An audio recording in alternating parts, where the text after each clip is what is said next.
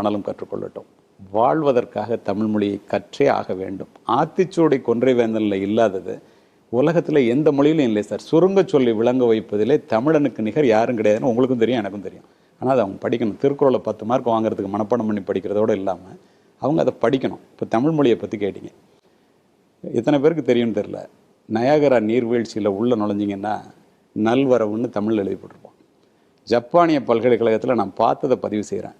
யாதும் ஊரே யாவரும் கேளிருங்கிற கணியன் பூங்குன்றனார் 2500 ஆண்டுகளுக்கு முன்னாடி சொன்னதை ஜப்பானிய மொழியிலையும் தமிழ் மொழியிலையும் எழுதி போட்டிருக்கான்.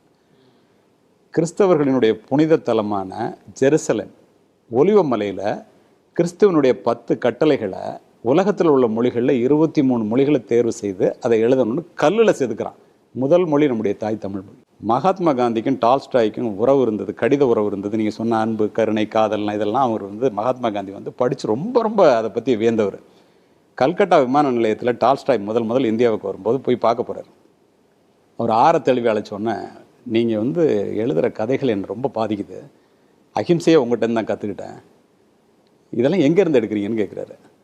இந்தியாவில் தென் தமிழ்நாட்டில் திருக்குறள் எழுதின திருவள்ளூரினுடைய திருக்குறள் இருந்தானே எடுக்கிறேன் அப்படின்னோடனே வியந்து போன அவர், என்ன இப்படி சொல்கிறீங்க அப்படின்னோடனே, இன்னா செய்தாரை ஒருத்தல் அவர் நானும் நன்னையும் செய்து விடல் தான் மகாத்மா காந்திக்கு டால்ஸ்டாய் எழுதினதன் மூலமாக அகிம்சையே கற்றுக் கொடுத்துச்சுக்கிறாங்க. இதெல்லாம் விட ஒன்று சொல்லி முடிக்கிறேன். மார்ட்டின் சைபர் ஸ்மித்துன்னு சொல்லி ஒரு மிகப்பெரிய மனிதர். அவர் இந்த தமிழ் மொழியில் ஆய்வு பண்ணுறவர். உலக மொழிகள் எல்லாத்தையும் ஆய்வு பண்ணிட்டு தமிழ் மொழிக்கு வர்றாரு. உலக மொழிகளில் 400 மொழிகளை தேர்ந்தெடுத்து a guide to 20th century world லிட்ரேச்சர்னு ஒரு புத்தகம் எழுதியிருக்காரு. 400 மொழிகளை தேர்ந்தெடுத்து ஒவ்வொரு மொழிக்கும் ஒவ்வொரு பேரா 4 லைன் எழுதுறாரு. தாய் தமிழ் மொழிக்கு மட்டும் 3 பக்கத்தை எழுதியிருக்காரு. யாயும் யாயும் யாராகியரோ எந்தையும் நுந்தையும் எம்முறை கேளிர் யானும் நீயும் எவ்வழி அரிதும் செம்புல பேர் நீர் போல அன்புடை நெஞ்சம் தாம் கலந்தனவேன்னு குறுந்தொகை பாட்டு அதில் எழுதுறாரு. யார்? ஆங்கிலேயர்.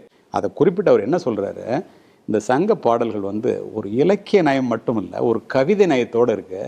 உலகத்தில் இதை மீறின மொழி எதுவுமே இல்லைன்னு சொல்லிட்டு 3 பக்கத்தை எழுதுறாரு. தாய் தமிழோட சிறப்பை வெளிநாட்டுக்காரன் தெரிஞ்சு வச்சிருக்கும் போது நம்ம அதை செய்யலைன்னா ஒரு மொழி அழிஞ்சிச்சுன்னா ஒரு இனம் அழிஞ்சிரும், நமக்கு அடையாளமே இல்லாமல் போயிடுவோம்.